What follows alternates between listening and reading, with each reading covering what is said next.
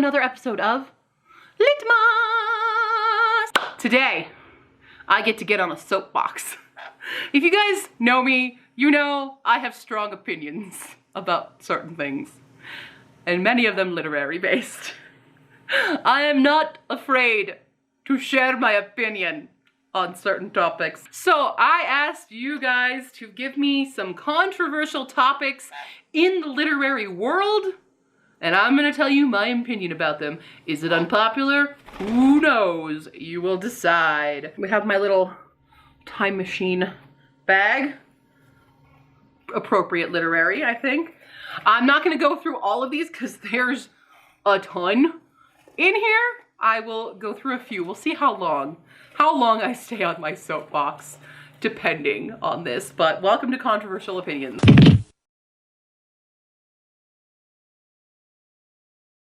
Our first topic is false advertising. Obviously, false advertising is bad. I think the real issue that this one is probably addressing are books that tell you like the certain tropes that they're in, and then you read the book and that's a blatant lie.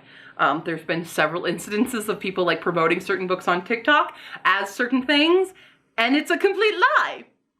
So don't do that. Yeah, that's my opinion. That was a quick one to do. Next one, the New York Times bestseller list. I feel weird like saying this as someone who's, you know, an author who, you know, there's a double-edged sword here of where like I would love to be on that list because so many people put so much emphasis on how that measures your success. However, we also know that it is possible to rig it when people buy, because it's all about sales.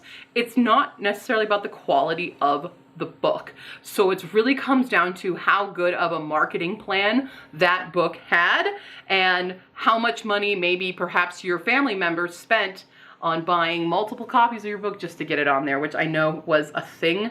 I forget which book that was about, but that was a scandal of how people have rigged it on to get onto the New York Times bestseller list. When somebody tells me that they're a New York Times bestseller or they're an Amazon bestseller, I don't put a lot of weight on that, because that just tells me you're good at marketing. Or especially with Amazon, you've been able to get yourself into one of those super niche categories that no one writes in. For maybe you have a standard fantasy, but you've done it so that it's like bug fantasy trope of something, I don't know. I literally looked at my poster of bugs and decided that. But there's a lot of really interesting ways you can rig it to make yourself look more prestigious than the book actually is. And so, because sometimes a lot of time in the bestsellers list, those are not books I enjoy or would enjoy reading because they're not the content that I like. So I don't think it's actually necessarily a mark of an author's talent, but perhaps more of their marketing skills and the marketing team that they had and perhaps the money that they had backing them. So it's a bit of a, like, it's nice to like have that recognition, like, oh yes, I'm a bestseller. And people already who don't think too deeply about how that actually happens are like, oh my God, you're amazing, you're legit. But it's hard to, it's when I don't put weight on it because people have money. All right, next one is 1-star bombing based on author, not book. Now, this is definitely a topic that has come up before on my streams and has led to some stuff. Here's the thing. I have a really hard time separating author from book. And I get people do that all the time for other stuff, but I can't do it. So if an author has done something absolutely atrocious, let's say the author has murdered someone, yes, I think you should be able to 1-star bomb the book. Now, because why would you want to support someone? Why would, like, ugh, it's so hard to talk about this without sounding like a complete asshole, but like, in that case of like, they have done something, a lot of the times it's a sexual harassment, it's a racism thing where people are canceling authors because of something that they've done. And I'm more okay with 1-star bombing than other people are, because especially if that book has racism in it and shows racism in a positive light or shows misogyny in a positive light, Those are not things that should be promoted. If it's a book or an author that is using their platform to harm others, not necessarily physically, but emotionally, or to invalidate them, I'm fine with 1-star bombing, because that author has now lost any reason to have success. They don't deserve it anymore. Now, that is not to say that an author cannot change. However, a lot of the times, those authors don't. They double down on what they're saying, and that's harmful. And I think that it's fine to 1-star bomb in certain cases. I think it takes some critical thinking to decide what you're doing with it. So there are books that I have read in the past that I've maybe enjoyed, but I would like to go back on a Goodreads and change my rating of it because that author has sexually harassed someone, or has, you know, said trans people aren't valid and stuff, things like that.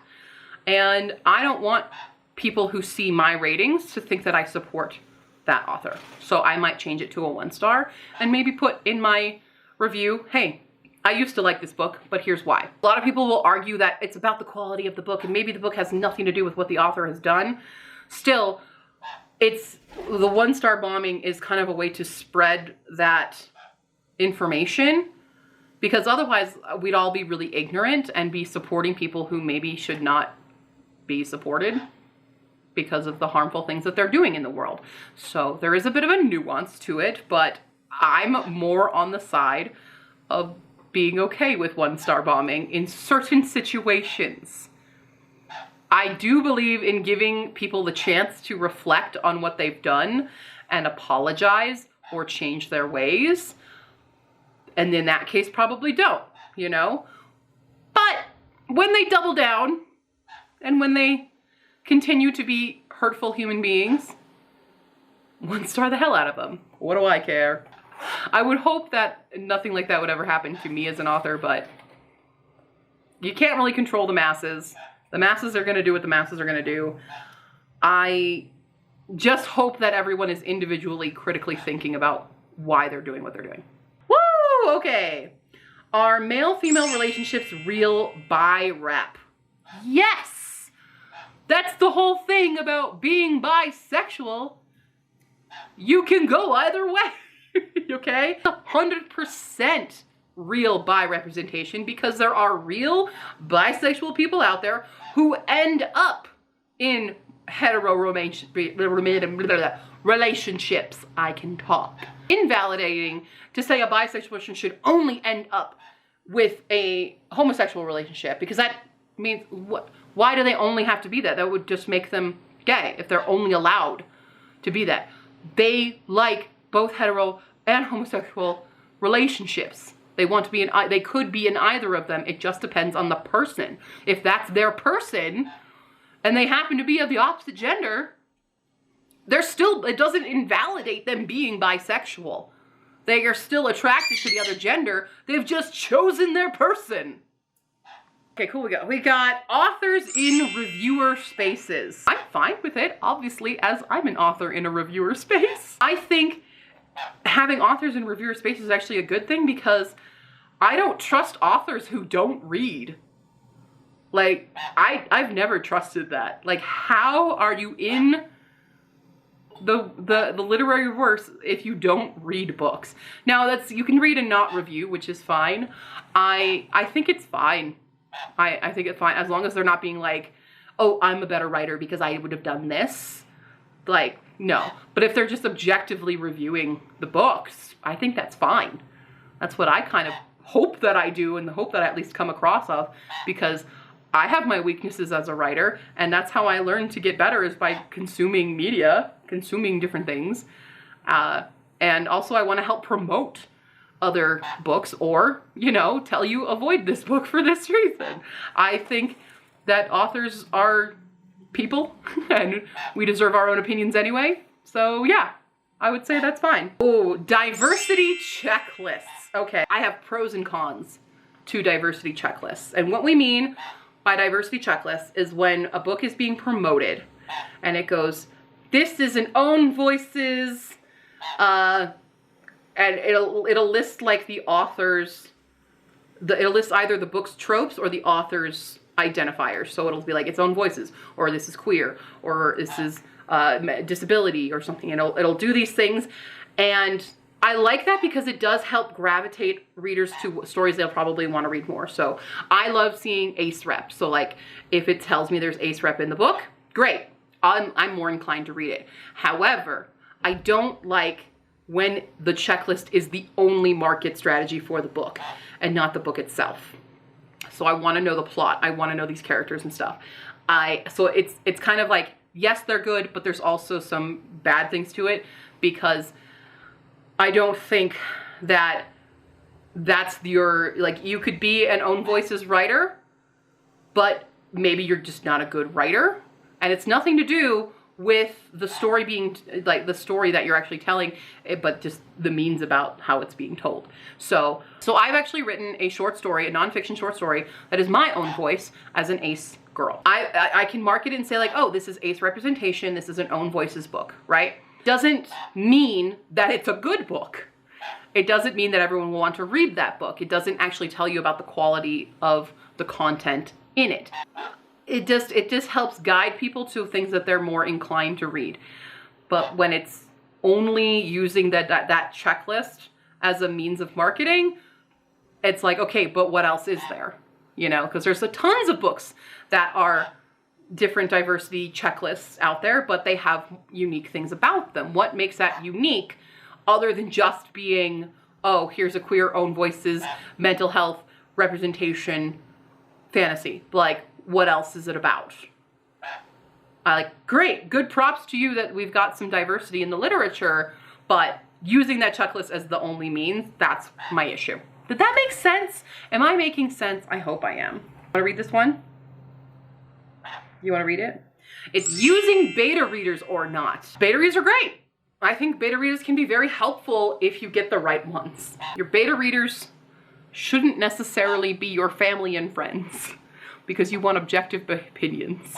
That's not to say you can't use your family and friends, but I think if you're going to use beta readers, try to get a diverse group of beta readers to check out your book. I think it's great. I equate beta readers to ARCs in the TradPub world, because I don't think there are beta readers in TradPub, but in SelfPub we use beta readers most of. I don't know. Don't quote me on that one, because I'm not entirely sure.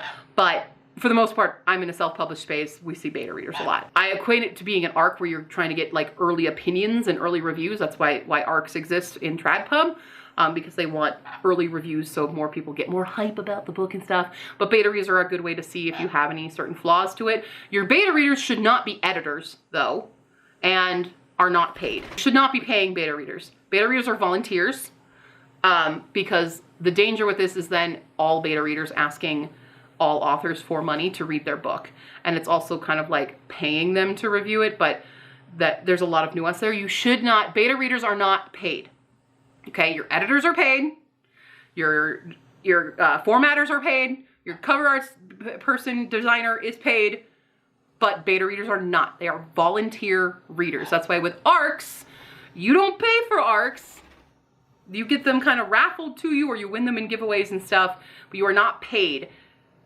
Some people, I've had this discussion on a stream where it was like, but I want to pay them for their time. And it's like, you can't give people that expectation that this is a paid position, because then people are going to start advertising themselves as, oh, I'm a professional beta reader. And that's not a thing. No, it's not a thing. Don't do that, because a lot of times authors, especially in self-pub world, we don't have the funds to do that. And it's a volunteer basis, okay? They're not obligated to read the book even if they do agree to beta read it. It's all volunteer, okay? This one's easy. Pantsing! If you don't know what pantsing is, this is for writers. It's where writers just, you put up your pants and you just write. You don't outline, you don't really develop much, you just kind of go. And I used to be pretty much I was a plotter, but things happened that I became a plantser, where I will outline, but the characters will do what characters will do. And right now, this whole year has been an experiment in pantsing, and I've enjoyed it. So if you can pants, well done to you. However, I do think pantsing takes more time later on. I think pantsers have to do so much more editing than a plotter does. So it works if it works for you. I dread all the editing I'm gonna have to do after this year. So much editing. All right, I think maybe I think this is gonna be my last one. I will save the rest of these for another video perhaps, but our last topic is ghosts. And I didn't think about this for a while before I read the book The Dead Romantics by Ashley Poston. I never really thought about what a ghostwriter really is and what they do. A lot of the times you think ghostwriters are just writers who take on the name of a writer who has passed away, and so they're continuing their work under the name. Now that does happen. However, there's also the side of it where famous authors are putting their names on books that they did not write in order to keep the cash flowing and to keep pumping out things. And I don't like that. I don't like that at all. I want the actual writer to get credit and not be pretending to be someone else. And like, that's the difference with pen names, but like using a famous author to produce your book. Like, I'm not saying they're using it. I think the big name is using an unknown in order to sell. And so it's like, I don't know how the money works for that if the ghostwriter is paid full rights, but I doubt it considering it's under the name of the main author. So I'm very conflicted on ghostwriters because I can see the merit. I can also see it as like almost like a mentorship where perhaps that famous author is coaching this writer and letting them publish under their name. And that's like more acceptable to me. But I really don't like it if it's just utilizing the famous author and that famous author getting credit for books they didn't write. I think it could be, you could mention it in the book that this was ghostwritten or something. You know, it depends on if that writer, the ghostwriter, wants that recognition. There's another factor to it. There's lots of factors to this. And so I'm super, super conflicted on ghostwriting. What are your thoughts on that? I really want to open up that discussion because I want to learn more about the ghostwriting world and how this works. I do know a ghostwriter on Tumblr, and I'm just like, how does this work? I'm so confused by this. So I'm curious to know your guys' thoughts. If you know more than me about the subject, please educate me. This is only my random opinions of what I assume, so you can't take everything I say 100% facto here because I don't even know for that one. So anyway, that's some of my opinions on topics in the literary world. What do y'all think? Do you agree, disagree? What are your own thoughts? It's totally cool if you disagree with me. I hope you think it's okay that if I disagree with you.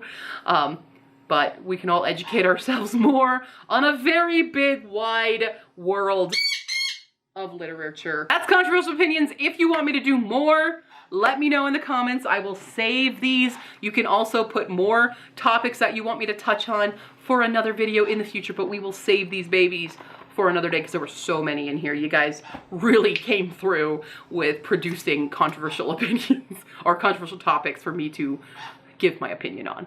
Cool. Okay. I'm gonna go now. I will see you tomorrow, cuties. Bye!